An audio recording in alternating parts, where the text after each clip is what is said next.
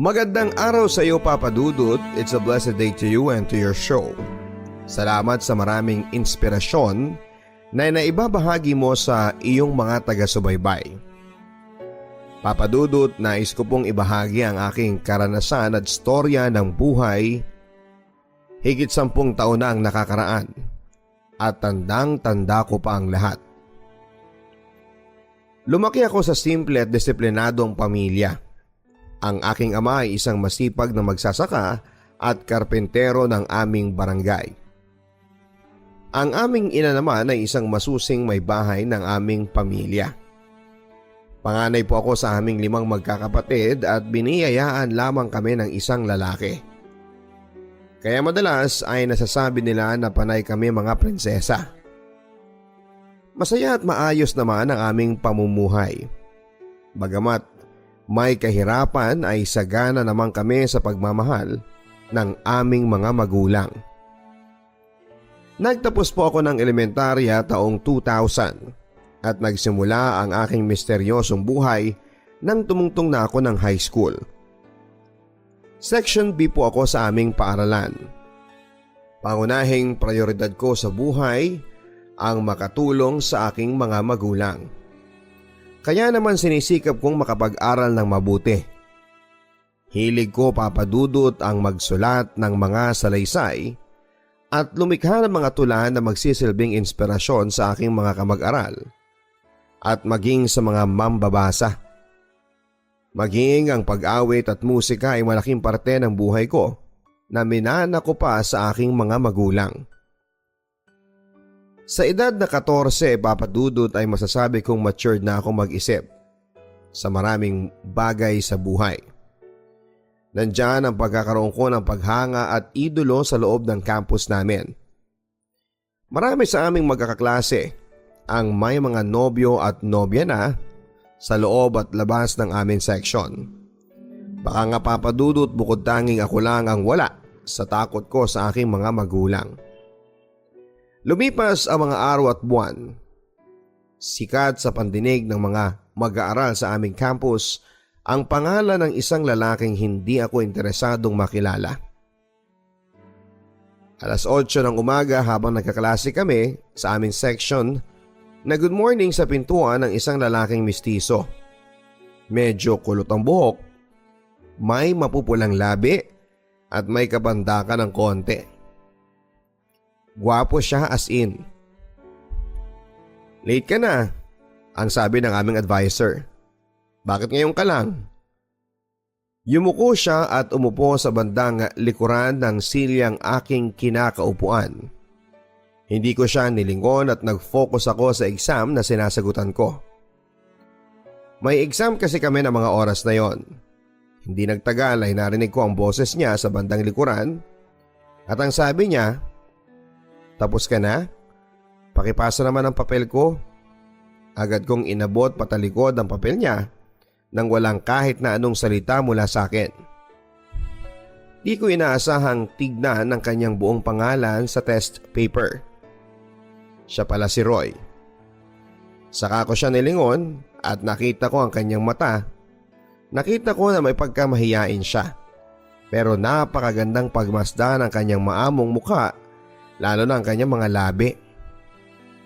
Lumipas ang mga araw, 2 o 3 beses ko lang siyang nakita sa loob ng aming section mula noon.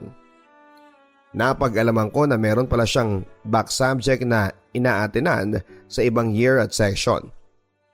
Natapos ko ang 1 taon ko sa high school nang may pagsisikap at masaya naman ako.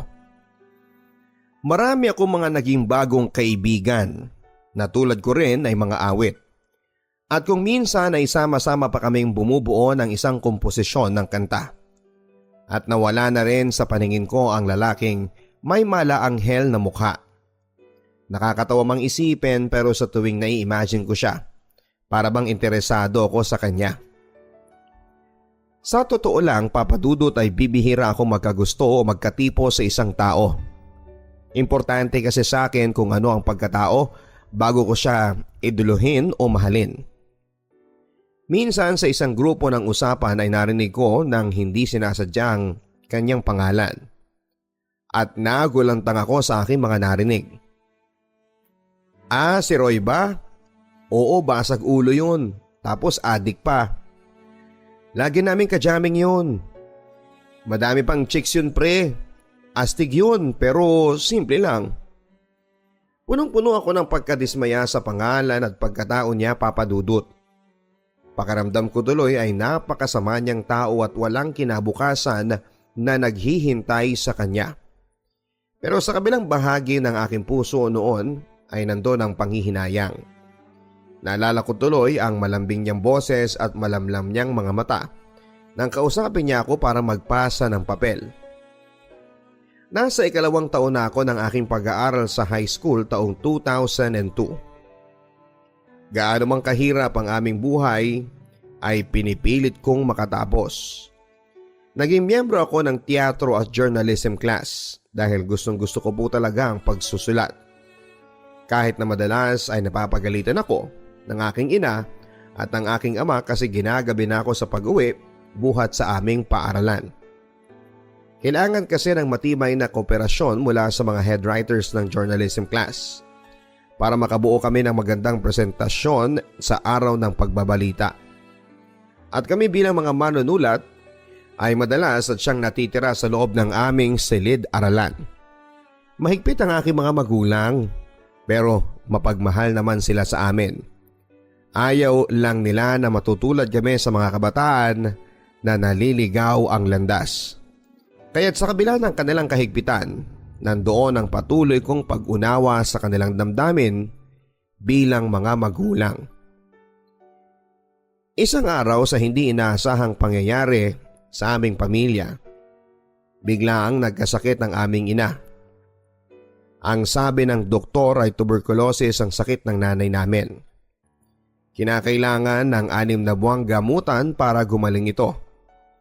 Hindi naman kami pinabayaan ng Diyos at ng aming ama. May kaliitan pa rin kasi ang aming mga kapatid ng mga panahon na yon. Malapit na akong matapos sa 2 taon ng sekundarya nang magpa siya akong huminto at magtrabaho muna sa aming bayan para makatulong sa mga gastos at gamot ni inay. Agad naman ako nakapasok sa tulong ng ninang ng nanay ko. Head nurse siya sa isang ospital at pumayag siya na sa kanya ako tumira bilang kasambahay. Habang binigyan niya ako ng oportunidad na makapag-aral sa isang universidad sa aming lalawigan sa Batangas. Lumipas ang panahon, Papa Dudut. Nahirapan ako bilang working student, nakakapagod pero isinakripisyo ko pa rin ang pag-aaral ko para makapagtrabaho ako sa lalong mas lumalaking gastusin para kay inay. Nakatanggap ako ng isang liham mula sa isang kaibigan upang sa Maynila ako mamasukan bilang isang sales lady sa isang maliit na grocery store sa Makati. Dahil sa aking sipag at tiyaga, kasabay ng pagtutulungan namin ng aking pamilya, nakapag-aral pa rin ang sumunod sa akin na kapatid kong babae. Lahat sila nag-aaral ng panahon na yon. Ako muna, Papa Dudut, ang nagsilbing nanay nila habang katuwang ko sa responsibilidad ng aming ama. Nasa 2 taon na rin ng sekundarya ang aking kapatid na si Jane nang makatanggap ako sa kanya ng mensahe sa isang text. Ate, miss ka na namin. Uwi ka na. Salamat sa lahat. Nag-aaral kaming mabuti. Mag-ingat ka raw lagi, sabi ni tatay at ni nanay. Kinurot ang puso ko, Papa Dudut. Pero bitbit noon ang saya at putong inspirasyon sa aking buhay at pamilya. Lahat ay kaya ko at magagawa ko dahil mahal na mahal ko sila. Close kami ng mga kapatid ko at lahat sila sa akin. Lalo na si Jane na nooy dalagang-dalaga na rin. Barkada ko siya at kaibigan, ganong kami kasaya. Tumawag ako sa kanya at nag-usap kami sandali sa linya ng cellphone. Hello ate, thank you and super salamat ha. Kailan ka uuwi? Naku, next month na siguro after ng birthday ko. O ikaw ha, bawal magpaligaw at huwag sasama kung kani-kanino na hindi mo namang kilala. Mabangis ang panahon ngayon, paalala ko. Ate, alam ko yun. Ayokong magalit ka at mabawasan ang ganda mo. Pagbibirong sabi niya. Pagkababa ko ng telepono Papa Dudut ay may konting kaba akong nadarama dahil halos iisa lamang kami ng paaralan sa sekundarya ng kapatid ko. At hindi naman sa pagmamalaki Papa Dudut ay magaganda ang aking mga kapatid. Anyong bigay ng Panginoon na laging paalala ng aming mga magulang na ingatan at mahalin ang aming sarili. Natakot ako na baka madala siya ng barkada. Pero winaksi ko ang negatibong iniisip ko noon bagkos ay nagdasal ako ng taimtim at nanalangin para sa kaligtasan nilang lahat. Maayos naman Papa Dudut ang aking mga naging amo sa Maynila. Ang aking kaukulang sahod mula sa kanila ay pinapadala ko sa aking pamilya. Simple lamang naman ako at walang arte sa katawan, kaya menos ang kolorete at makeup. Mahilig lamang akong sumabay sa uso ng damit at sapatos. Fashionable ika nga. Kahit na kasi basahan na at pinaglumaan na ang damit ay nagagawang ko pa ng paraan na isabay sa modernong tahi at tagpi-tagpi. Raggy clothes sabi nga nila. Basta may latest akong damit at sapatos ay kompleto na ako.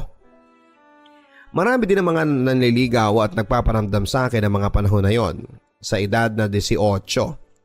Sabi nga nila, edad ng kadalagahan ng isang babae.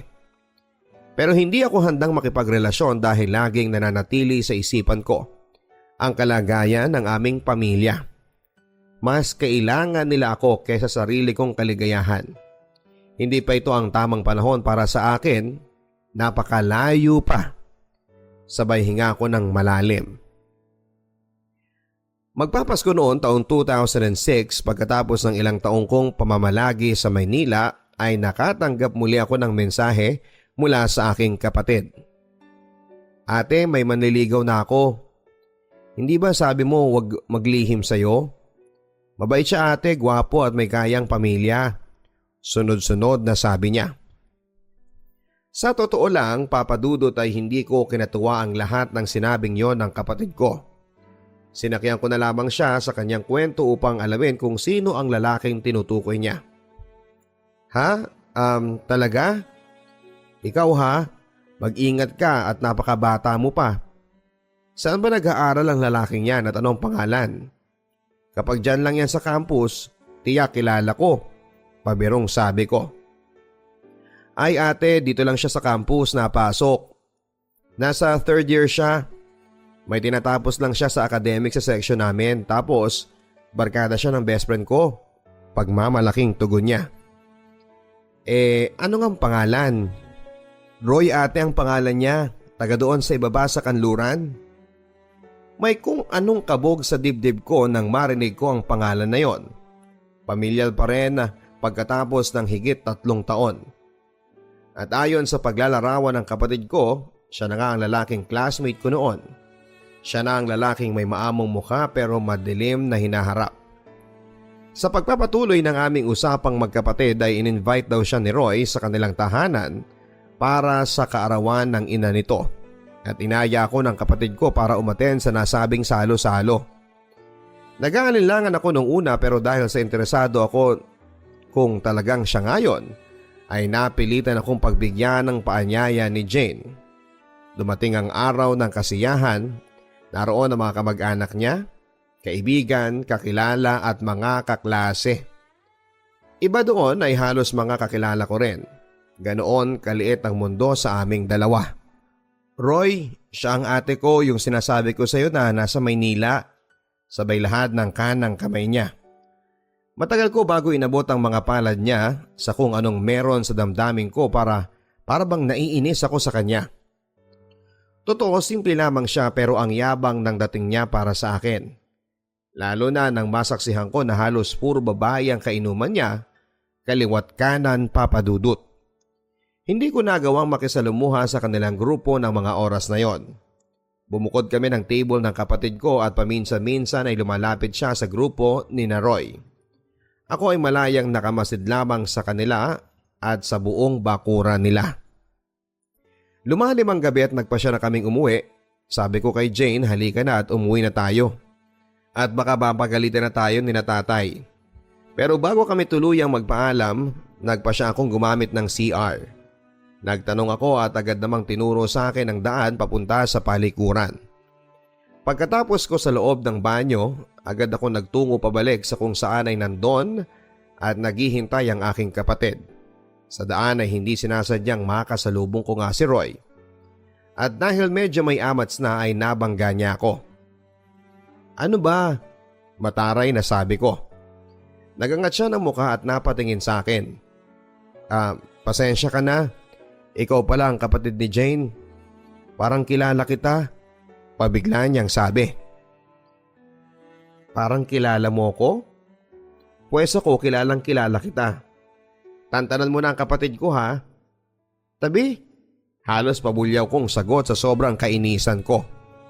Nang oras ding yon habang papauwi kaming magkapatid ay tinanong ko siya, Papa Dudut. Ganun bang lalaki ang sinasabi mo na may kaya sa buhay at gwapo na lumiligaw sa'yo?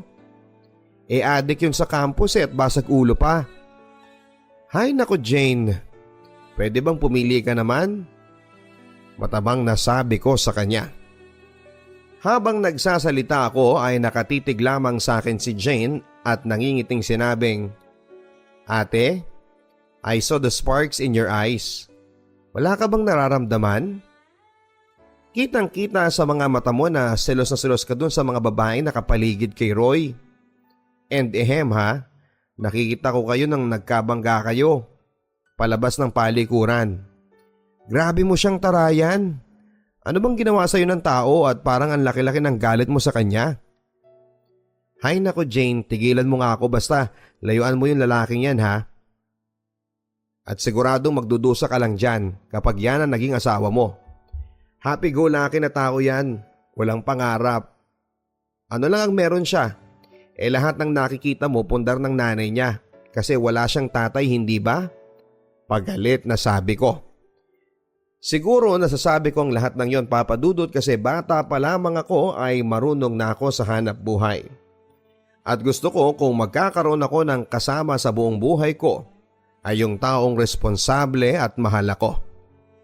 Na hindi ko nakikita sa pagkatao ni Roy. Lumipas ang mga araw, Papa Dudut, dahil na rin sa kapatid ko. Nakuha ni Roy ang cellphone number ko. Tinitext niya ako araw-araw at hindi nagtagal, Papa Dudut, ay nakikipagkwentuhan na rin ako sa kanya. Sa pamamagitan ng palitan namin ng mensahe. Napag-alaman ko, Papa Dudut, na siya pala ay huminto sa pag-aaral. Wala na siyang ama tulad ng pagkakaalam ko. At masasabi ko naman na maayos naman sila na nabubuhay sa pamamagitan ng nanay niya na nagtatrabaho sa isang insurance company. May mga lupain din sila na pinagkukunan ng konting puhunan ng nanay niya. Yun nga lang ay spoiled brat siya sa pamilya. At sabihin na natin na lumaki silang magkakapatid na hindi close sa isa't isa. Naging magkaibigan kami ni Roy. Barkada at hindi nagtagal ay formal siyang nanligaw sa akin. Ngunit agad ko ring tinanggihan. Sinabi ko na lang sa kanya na maraming babae yung handang makipagrelasyon samantalang ako ay hindi pa. Kontento na ako sa pamilya ko. Ngunit sadyang mapagbiro ang panahon at pagkakataon. Isang pangyayari sa buhay ko ng taon ding yon ang hindi inaasahan na siyang babago sa aking kapaligiran. Isang party ulit ang naganap sa bahay nila Roy. Imbitado kaming magkapatid at buong barkada. Masaya, maingay, maraming tao. Kahit si Jane ay nakikisaya din sa grupo nila Roy. Hindi nagtagal ay lumapit sa akin ang kapatid ko. Inaya ako na umupo sa grupo nila kung saan ay andon si Roy. Lumapit ako at ipinakilala niya sa mga pinsan niya at kaklase na karamihan ay kakilala ko rin. Matagal din tayong hindi nagkita, sabi niya.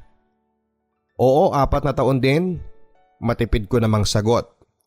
Maya-maya pa ay nagpahangin ako habang binabantayan ko sa malayo ang sister ko. Medyo mainit na rin kasi ang tenga ko dala ng hard drink na sinat namin during that time. Nilapitan niya ako sa kinakaroonan ko at walang ano-ano sinabi niya na gusto kita. Nagulat ako, Papa Dudut. Ang tangi ko lang naisagot sa kanya ay Pasensya ka na, hanggang kaibigan lang ang kaya kong ibigay sa'yo. Maya-maya pa ay nilapitan ko na si Jane at inakay ko na papunta sa loob.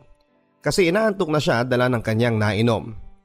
Agad naman akong nakiusap sa nanay ni Roy kung saan ako pwedeng patulugin ng sister ko. Maluwang naman sa kanya na ipinagkaloob sa amin na sa tabi ng mother niya patulugin ng sister ko para sa kasiguraduhan niya. At pagkatapos noon ay bumalik na ako kung saan kami ng grupo nagsimula. Nagkayaan kami na ipagpatuloy ang kasiyahan hanggang sa makaramdam na ako ng pagkahilo. Hanggang sa nagising na lamang ako sa tabi ng lalaking pinakamasama sa paningin ko. Litong-lito ako noon, Papa Dudut. Takot at hindi maipaliwanag na kabog ang meron sa dibdib ko. Niyakap niya ako at sinabi na huwag kang matakot at haharapin natin to. Umiyak ako ng umiyak, Papa Dudut, at sa totoo lang, fighter ako. Kaya bibihira akong luluha, pero nang pagkakataon na yon, parang gusto kong mamatay. May nangyari sa amin pero pinagtataka ko. Sa kabila ng takot ay wala sa utak ko ang pagsisisi. Nang araw ding yon ay umuwi kami at samot-saring pagalit na salita ang naranasan ko sa nanay ko. Masasakit na salita na siyang gumising sa akin sa pagkakamali na nagawa ko. Hindi ako handa sa maaring patunguhan ng nangyari sa amin, Papa Dudut. Tinext ko si Roy pagkat nagwala na ng husto ang aking mga magulang. Malaki kasing kawalan sa kanila at tradisyon sa amin sa probinsya na kapag ang babae ay natulog na sa bahay ng isang lalaki, tiyak na kasalanan. Mauuwi ang lahat. At yun ang pinakamahirap na tanggapin para sa akin. Hindi ako, Papa Dudut, handa sa buhay may pamilya. Papa Dudut, parang takbo ng isang orasan ang mga pangyayari sa buhay ko noon. Kaagad nag-usap ang mga magulang ko at magulang ni Roy para sa aming dalawa. Tumira ako sa bahay nila habang inaayos ang nalalapit naming kasal. Ganon pala ang pakiramdam ng taong nagsisimula palang umibig. Kasabay ng pagkakilala ninyo sa isa't isa, maalaga si Roy sa akin at sinusubuan ako sa pagkain. Ayaw niya akong nahihirapan. Ako ang nagsasabon ng mga damit niya habang siya naman ang nagbabanlaw.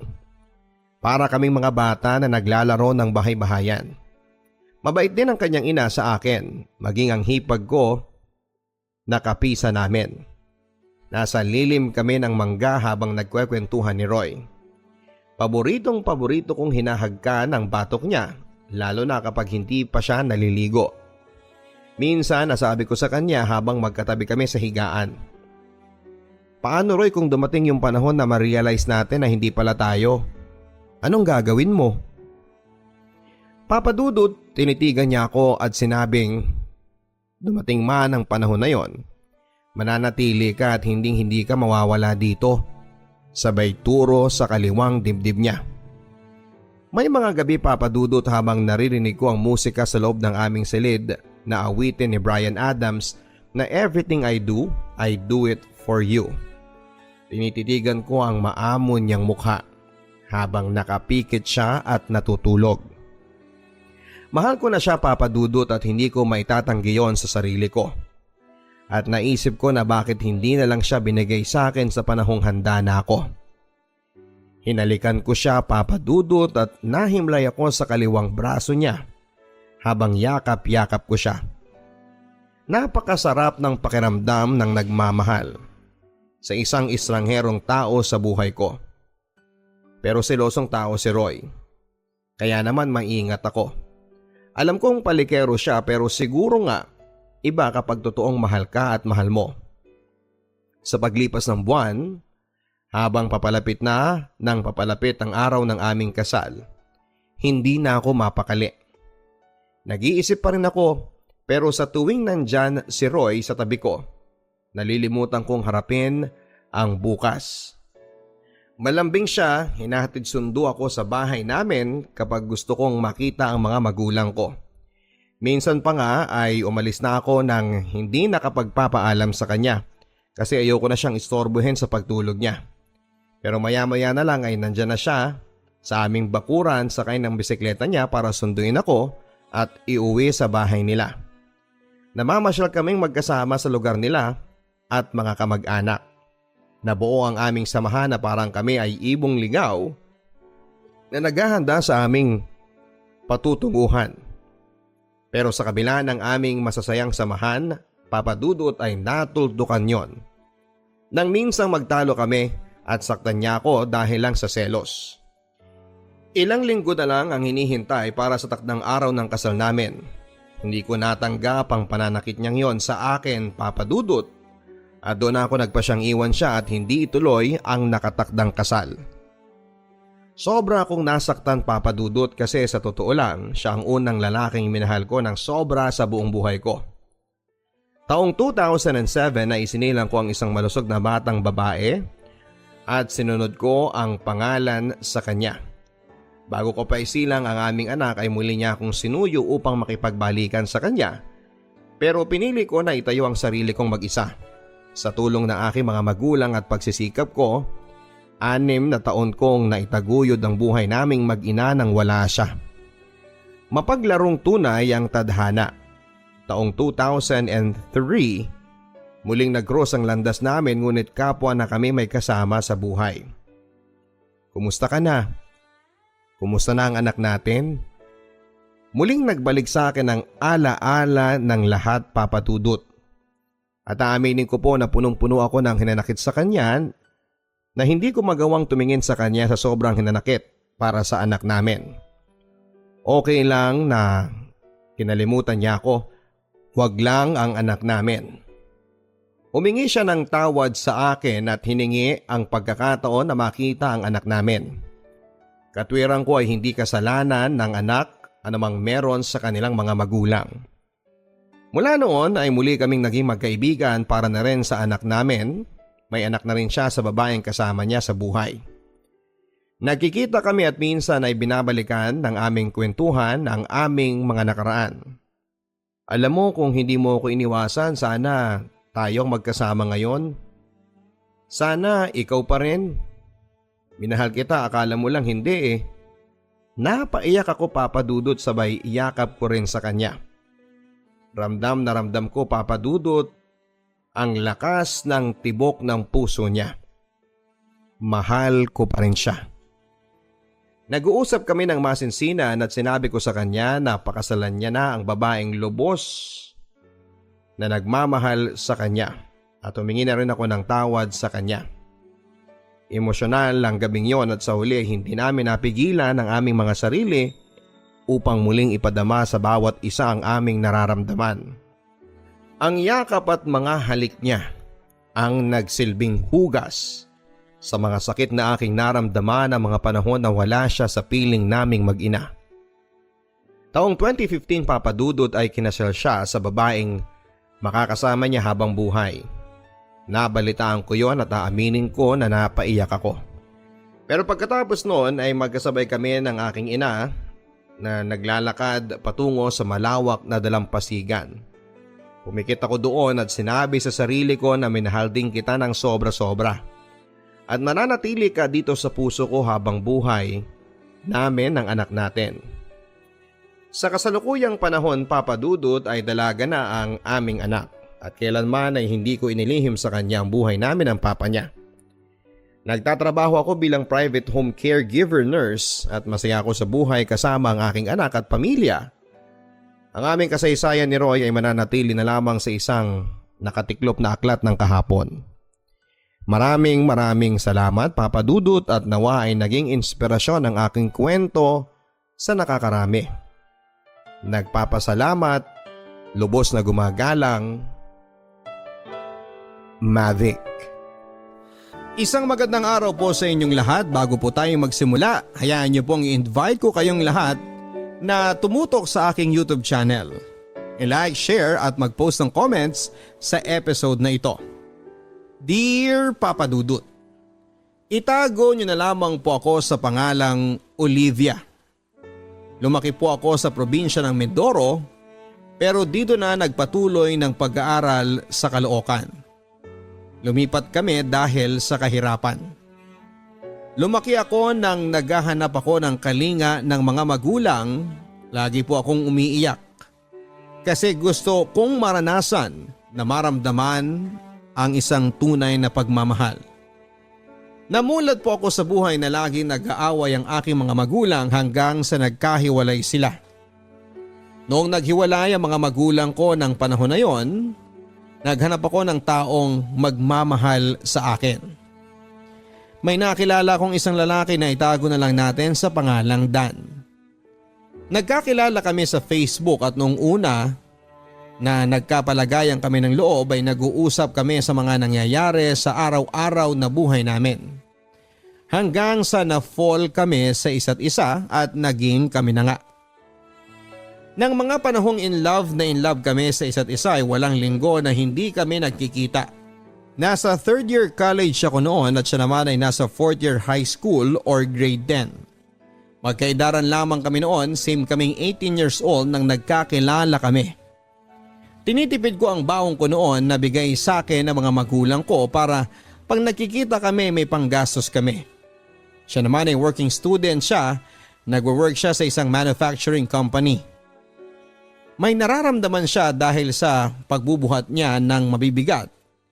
Lagi niya sa akin sinasabi yon kaya nagwo-worry ako sa kanya. Si mama kasi nagwo-work sa gabi, ang ginagawa ko para magkita kami ay hinihintay kong makaalis si mama ng bahay. Pagkatapos noon ang gagawin ko pag alis niya ay aalis din ako. Tapos madaling araw na akong umuwi noon kasi may nararamdaman siya sa katawan niya. Isang sabi lang niya sa akin ay nandun na ako kaagad sa kanya. Nang mga panahong nalalabuan ako sa relationship namin, wala pa kaming 1 year noon ay gusto ko na sanang putulin. Pero tinatakot niya ako na magpapakamatay daw siya. Kasi wala siyang katuwang sa mga problema niya. Natakot ako noon kasi baka gawin nga niya. Kaya naman nag-i-stay pa rin ako sa relasyon namin yon kahit na hindi na ako masyadong masaya. Hanggang sa dumating yung point ng buhay ko na sa kanya na lamang umiikot ang mundo ko. Sobra kong tiwala noon sa kanya tapos proud na proud pa ako sa kanya. Sa tuwing nagkakasakit siya ay hindi ko alam ang gagawin para maging okay siya. Gusto kong laging nasa maayos ang kalagayan niya. Isang araw ay pinalaya siya ng kapatid niya sa kanilang bahay, umuulan noon at hindi ko din alam ang gagawin ko. Kung paano makatulong kaya nakiusap ako kay mama na sa bahay muna siya magstay. Sobra ang pagmamakaawa ko kay mama noon kaya pumayag siya. Noong nasa bahay na siya, sobrang strict niya sa akin noon pagkatapos ng klase ko. Uwi agad at hindi na ako nakikipag-jamming sa mga friends ko. In short ay sa kanya na lamang umikot ang mundo ko. Hanggang sa makagraduate ako ng college, ako pa rin ang nasa tabi niya na halos lahat ng needs niya ay ako ang nagpo-provide. Nung nakagraduate ako ay may nakuha akong trabaho. Siya naman ay hirap na makahanap ng work kaya tinulungan ko siya na maghanap. May nakita ko sa Facebook at ang sabi ko sa kanya, applyan niya kinabukasan. Inaplayan niya at ayon natanggap naman siya sa isang kilalang supermarket. Yung mga pang requirements niya ako ang nag-provide para makapag-work na kaagad siya. Ayaw ko kasi na nakikitang nadadown siya sa sarili niya. Lahat ay ginagawa ko para maging okay lang siya. Hindi ko na rin iniisip ang sarili ko noon. Sa sobrang pagmamahal ko sa kanya. Noong may work na siya ay nagbabike lang siya papasok ng work niya. Tapos alam din niya na may ipon ako. Sabi ng mama ko, lagi niyang tinitingnan yung lagayan ng pera ko. Sa akin naman ay baliwala lang yon kasi hindi na siya iba sa akin. And one day ay sinabihan niya ako na gusto raw niyang magkamotor. So ako naman, mahal, isang sabi lang niya ay oo agad ako. Pero utang naman yon. Bumili siya ng motor second hand cash yun na nabili niya. Nung nakabili na siya ng motor ay masaya ako sa kanya kasi masaya siya. Dito pa din siya noon nag-i-stay sa bahay pero hindi kami magkatabing natutulog. Nang may motor na siya ay gusto ko naman na makasakay sa motor niya. Yung maihatid lang niya ako sa work ko. Nung una okay pero makalipas ang ilang linggo ay nagbago siya. Halos nagagalit na siya sa akin kapag nagpapahatid ako. Ang pasok niya ay 1 p.m. to 10 p.m. Ako naman ay 8 a.m. to 5 p.m. Ang ginagawa ko kada out ko sa hapon ay nagluluto ako para pag uwi ay may masarap siyang ulam. Makakakain siya ng masarap. Then one day ay nagka-problem ako sa work. Kasi kahit hindi ko work ay pinapagawa sa akin. Lagi na akong umiiyak noon at na-depress na ako. December 15, 2019, Christmas party namin noon nang nagpaalam ako sa kanya. Hindi siya pumayag pero umalis pa rin ako kasi gusto ko na ring mag-enjoy. Noong nasa Pampanga na ako, doon kasi ginanap yung Christmas party namin. Siya ay hindi na siya masyadong nagparamdam sa akin. Nalaman ko sa mama ko na hindi na siya umuuwi ng bahay. Pagbalik ko, ganon pa rin siya at hindi na siya nagchat-chat sa akin at nag-iba na siya. Sa paghihinala ko ay pinuntahan ko siya sa work niya at inalam ko kung sino ang mga ka-work niya. Kaso hindi ko malaman kung sino. Isang gabi ay hinintay ko na mag-out siya at nakita ko sila noong babaeng sobrang sweet nila na parang sinasaksak ako noon sa sobrang sakit. Nasa kabilang kalsada ako noon. Tumawid ako kahit madaming sasakyang dumadaan. Wala na akong pakialam.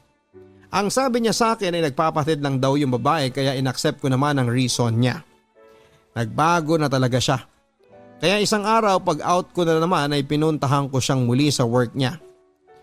Nang nakakuha na ako ng bibilhin ko, bagger siya noon ng isang cashier ay nakita ko na masaya siya at hinahayaan ko na lang. Nung andun ako sa harap nila ay nagulat siya na nandun ako. Hinintay ko ang break time niya at kinausap ko siya kung bakit ka nagkakaganyan, ano ba ang problema mo. Halos magmakaawa ko noon, wag niya lang akong iwan pero iniwan niya pa rin ako. Umuwi ako ng luhaan at ang dami kong iniisip noon saan ba ako nagkulang at ano ba ang maling nagawa ko. Ano ba? Iyak ako ng iyak noon at sa sobrang galit ko noon ay umalis ako ng 9 p.m. Hinintay ko mag-out sila ng 10 p.m. at tiniming ko na maglabasan lahat at nung lumabas na sila ay tumakbo ako sa kanya at nagskandalo ako. Oo, nagskandalo ako at sinabi kong lahat ng sama ng loob ko sa kanya sa sobrang galit ko. Sinabi ko na bakit mo ko nagawang lokohin. Nang mga panahon na kailangan mo ng tutulong sa iyo ay nasa tabi mo ba siya? Nang panahon na may sakit ka, nasa tabi mo ba siya? Noong panahong walang-wala ka, tinulungan ka ba niya? Bakit? Anong nagawa ko? Anong pagkukulang ko? Habang sinasabi ko yon ay iyak na ako ng iyak. Nang mga panahon na yon ay wala akong pakialam sa iisipin ng mga tao sa sobrang sakit na nararamdaman ko. Yung helmet na hawak niya ay itinapon ko sa sobrang galit ko tapos yung bag ko ay binato ko sa kanya. Hanggang umalis na yung mga tao noon, kami na lang ang nandun. Yung babae nakalimutan ko na rin kasi sa sobrang galit ko noon sa kanya. Sa sobrang galit ko sa kanya, binuntong ko ang lahat. Nagse-cellphone siya noon at naagaw ko ang cellphone niya. Nakita ko na ang convo nila ng babae at sobrang sakit. Kasi yung taong sobra mong pinagkatiwalaan, yung taong sobrang minahal mo ay niloloko ka pala. Habang wala ako, na nasa Christmas party ako, siya pala ang kasama. Kaya pala hindi na siya nagchat-chat dahil sila ang magkasama. Halos mamatay ako sa sobrang sakit. Sa sobrang tanga ko kahit niloloko na niya ako ay nagmamakaawa pa rin ako sa kanya. Na wag na niya akong iwan kaso ay binaliwala niya ako. Pinalabas niya na nabuntis yung babae kaya gumuho ang mundo ko noon. At nang umalis siya sa amin, naghiwalay na nga kami at lumipat siya sa kapatid niya. Noong nag-resign ako sa trabaho ko ay araw-araw umiinom ako. Wala ako sa sarili ko at iyak lang ako ng iyak. Nag-attempt ako ng mag-suicide, naglaslas ako, uminom ako ng mga gamot, tatalon sa building at halos mabaliw na ako noon at halos masira na ang buhay ko nang dahil lamang sa kanya. Naubos ang ipon ko dahil sa mga ginagawa ko. Umuwi ako ng province kasi akala ko ay doon ako magiging okay pero hindi ko kaya. Hindi ko kaya na magstay doon kaya bumalik ako dito sa Maynila. Pagbalik ko ay nag-apply ako sa awa ng Diyos ay natanggap ako. Siya naman noong nalaman na medyo okay na ako ay ginulo niya ulit ako. Ayon, marupok, tinanggap kong muli siya. Yun ang isa sa mga pinagsisihan ko, ang pagpapakatanga kong muli. Noong tinanggap ko siya ay walang-wala siya noon. Walang work at pera at wala ding siyang makain noon. Ayon, naawa na naman ako sa kanya. Tinanggap ko ulit siya, naging marupok akong muli. Akala ko hindi na niya ako sasaktan, may tiwala ulit ako noon sa kanya. Ayaw na sa kanya ng kapatid niya, kaya nakiusap ulit ako sa mama at kapatid ko na sa bahay ulit siya magstay. Ayaw nila pero nagmakaawa ako sa kanila kaya tinanggap ulit namin. Wala na naman siyang work at pumasok siya sa isang delivery courier. Okay lang kasi gumawa siya ng way para magka-work. Yung cellphone niya madaling malobat kaya naman kinunan ko siya ng brand new cellphone. Sa akin nakapangalan pero siya ang magbabayad. Hinahatid niya ako sa work every Monday morning tapos ay sinusundo naman niya ako every Friday night. Sabi niya sa akin nahihirapan daw siya, kinausap ko ang asawa ng kapatid ko at baka may hiring sa kanila. Ayon, nakapasok naman siya. Hanggang isang araw, feeling ko na naman ay binabaliwala niya ako. Nasasaktan ako ng palihim tapos pag hinahatid niya ako sa work, ihahatid niya lang ako, wala man lang salita. Nasasaktan ako, 3 buwan akong nagtitiis sa ganong klase ng pagtrato niya sa akin. Uuwi yung kuya ko galing ibang bansa at ayaw sa kanya noon. Kaya tinulungan ko siyang makahanap ng bahay, pinahiram ko siya ng pang down payment ng bahay, saka pambili lahat ng kailangan niya ng gamit sa bahay. Noong may nag-positive na ka-work ko, doon ako nag-quarantine. Kasi hindi ako makapag-stay sa bahay namin kasi may sakit ang mama ko. Noon ay tinitipid ko ang budget ko kaso ayoko maging magastos. Nung gusto niya ng Jollibee kahit ayaw ko kasi nga nagtitipid ako noon kasi malayo pa ang sahod ko. Pero pinilit niya ako kaya nagpa-deliver ako. Noong naka-work from home ako, doon sa kanya, gusto niya na pagising niya kakain na lang siya. Hindi ko yun magawa kasi madami akong work at halos nagbe-breakdown na nga ako noon sa hindi ko na alam ang gagawin ko. Tapos ganon ang ipinapakita niya sa akin, baliwala ako na akala niya ay nasisiraan na ako ng bait. Then nang pumasok siya pag-alis niya ay uminom ako sa sobrang sama ng loob. Tapos iyak ako ng iyak nung chinat ko siya, puntahan mo ko habang buhay pa ako. Sobrang down na ako noon at ang sabi ko sa kanya ay maghiwalay na kami, nag-oo kaagad siya. Pero nagmakaawa ako na wag niya akong iwan pero ayaw niya na talaga. Hinintay niya lang akong mapagod, sumuko. Nang araw na naghiwalay kami ay nalaman ko sa kapatid ko na lumipat agad siya ng bahay kinabukasan noong naghiwalay kami. Noong naghiwalay kami hindi na ako katulad ng dati na halos masiraan ng pag-iisip na kaya ko na. Then nalaman ko noong naghiwalay kami na may bago agad pala siya. Hindi ko na question ang sarili ko noon kasi alam kong ginawa ko lahat para sa kanya. Pero kulang pa rin, siningil ko na rin yung mga utang niya, yung kapatid ko ang sumingil sa mga utang niya. Tinakot ko na pag hindi binayaran ay mag-iiskandalo ulit ako. Ayun, nagbayad naman siya. Nag-resign din ako sa work ko, ngayon ay may bago na akong work. Ang sarap pala sa feeling na pinaparamdam sa'yo na mahalaga ka. Sobrang grateful ako ngayon sa work ko at sa'yo napatawad na kita, hindi dahil sa deserve mong patawarin kasi deserve ko ng peace of mind. Tapos na ako sa'yo at tama na. Ngayon sa bago mo, wag mong gagawin sa kanya ang ginawa mo sa akin. Thank you sa lahat ng masasakit na alaala kasi ngayon na-appreciate ko na hindi ko pala kailangan ng ibang tao na magmamahal sa akin para ma-feel ko na buo ako. To myself, hindi mo kailangan ng ibang tao para mabuo ka. Just to learn to love yourself and appreciate everything that you have. Deserve kong maging masaya. Thank you Papa Dudut for giving me a chance to share my story at sa mga taong nakakaranas ng heartbreak, anxiety and depression. Guys, kaya natin to. Surrender lang natin kay God and time will come na darating din yung taong para sa atin. Huwag nating ipilit ang sarili natin sa mga taong hindi nakikita yung worth natin. At saka huwag tayo maghanap ng pagmamahal sa iba. Instead, mahalin mo na lang ang sarili mo. Hindi ka pa magsisisi. Thank you Papa Dudut and God bless and keep safe po. Nagmamahal at hindi na magiging marupok pa. Olivia.